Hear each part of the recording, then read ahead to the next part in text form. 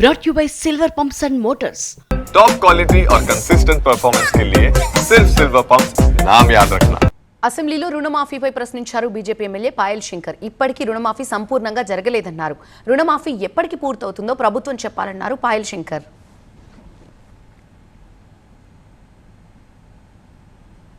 రుణమాఫీ అంటున్నారు, దాంట్లో కూడా ఇంకా 3000 కోట్ల ప్రభుత్వ ఖాతాలనే ఉన్నాయి. ఆ నంబర్లు తప్పుండి ఈ రోజు అధ్యక్ష మిగతా రైతులను అడుగుతున్నారు, మా పరిస్థితి ఏంటిది?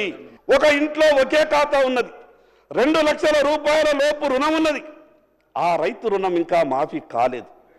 కలెక్టర్ దగ్గరికి వెళ్తే కలెక్టర్ అంటున్నాడు నా దగ్గర ఏమీ లేదు అని, వ్యవసాయ శాఖ అధికారుల దగ్గరికి వెళ్తే వ్యవసాయ శాఖ అధికారులు అంటున్నారు నా దగ్గర ఏమీ లేదని.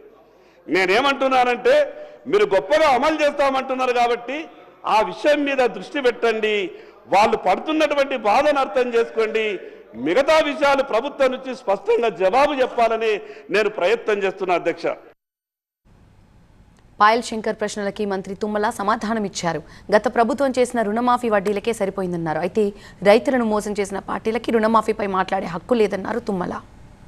మొదటి 4 సంవత్సరాల్లో 4 విడతలుగా రుణమాఫీ జరిగింది, అది వడ్డీకి సరిపోయిందని రైతుల ఘోష.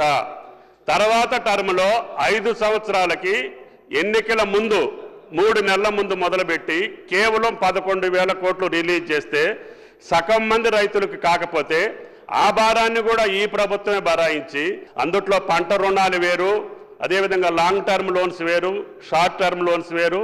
మేము ఇచ్చింది కుటుంబానికి ఒక 2 లక్షల రూపాయలు. ప్రభుత్వ నిర్ణయం కుటుంబానికి 2 లక్షల పరంగా మేము 20,000 కోట్లు ఈ రోజుకి రిలీజ్ చేయటం జరిగింది. రైతు భరోసాను కూడా ఈ నెలాఖరికల్లా వాళ్ళ ఖాతాలో జమ చేయటానికి 33,000 కోట్లు. గత ప్రభుత్వం ఏమున్నటువంటి రైతు భరోసాను కూడా 7,625 కోట్లు ఈ పంట కాలంలో ఇచ్చాము. ఈ రైతు భరోసాను కూడా ఈ నెలాఖరికి ఈ ఆర్థిక సంవత్సరం లోపులని ఇస్తున్నాము. 33,000 కోట్లు రైతుల నేరుగా జేబులో వేసినటువంటి ఏకైక ప్రభుత్వం రేవంత్ రెడ్డి గారి ప్రభుత్వం అని చెప్పి గౌరవ సభ్యులకి మనం చేస్తున్నా. మోసం చేసిన వాళ్ళు, దగా చేసిన వాళ్ళు, రైతుల్ని ముంచిన వాళ్ళు ఈ యొక్క రుణమాఫీ గురించి మాట్లాడితే అసహించుకుంటారు, అపహాస్య పాలవుతారు. దయచేసి ఆ పార్టీలకి విజ్ఞప్తి, అటువంటి తప్పుడు మాటలు మాట్లాడొద్దని చెప్పి కూడా మీ ద్వారా గౌరవ సభ్యులకి మనం చేస్తాం.